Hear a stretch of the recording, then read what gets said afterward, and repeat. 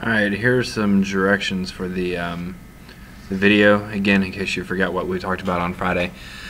Just some basic guidelines. You should have the rubric. If not, I attached it to the email that I sent your parents a couple days ago for the test, so it should be on there if you don't have it. So remember, first off, obviously your title slide and thesis slide. Like I said in class, think of this like a research paper. So you have your thesis statement, and then instead of writing out a paper, you'll use facts and dialogue and narration to help back up those facts throughout your video project. So it's kind of like a condensed version or video version of a research paper. And then you pick a topic. Remember, it's pretty broad. You could do a social issue. You could pick a country and just present about the country, the physical geography, human geography, those type of aspects. You could also pick an historical, an event like the Holocaust, World War II, several different things. I mean, there's a lot you can pick from, obviously. And you already picked, so you should be good to go. Of course, if you've missed class, then you need to pick something and get started on it for sure. And then it says support the thesis with 8 to 10 pieces of appropriate evidence or facts.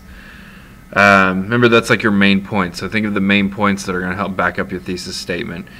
And then, so like I mentioned in class, what I would do is have, obviously your title slide and then your thesis statement. And then, have a piece of evidence or a fact, and then have information after that that help backs up that piece of information, that fact, and pictures and all that kind of stuff. And then move on to your next one and do the same thing, and then more information that helps back up that that point. So at least 8 to 10 altogether, and that's the full 30 points on that part of the rubric. And then include appropriate narration, slide dialogue, and that's the dialogue, the extra dialogue you put to help back up those facts and explain them more so. And that's like the paragraphs within a research paper. And then include at least one piece of music. We talked about that. Just make sure the music is appropriate, and obviously with words. Get the edited version of anything that has cuss words in it.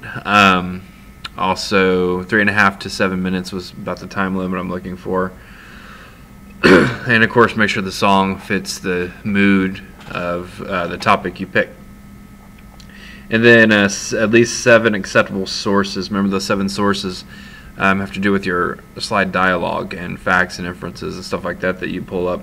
I do need your sources for your pictures, but those won't count as the 7 sources that I need, because you're going to have tons of sources for that. Don't just cite Google Images for it. Make sure you cite each individual page that those images come from.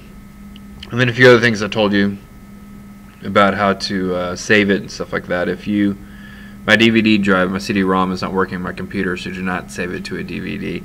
Either save it to a flash drive. Remember, if you do a flash drive, especially with PowerPoint, you have to make sure the song is also saved on the flash drive, otherwise the PowerPoint will not be able to play it. And then so you could do that. If you make it on Windows Movie Maker, you have to make sure to save it in the WMV format, otherwise it will not play on my computer. So make sure you save it in the WMV format if you use Movie Maker.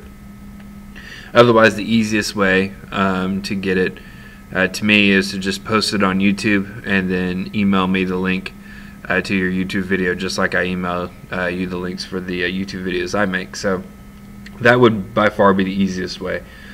Alright, and it's due on Thursday. And like I said, usually I would say this takes about 4 or 5 hours or so to make a good one. So if you pick 2 nights this next week, pick 2 nights to work on it and just solely work on this, then you should be able to finish it up pretty easily. I think that's about it. So if you have any questions, just email me or talk to me in class next week. So remember, due May 16th, and this is your last test grade before the final. And as I said before, as long as you follow this rubric, it's pretty simple.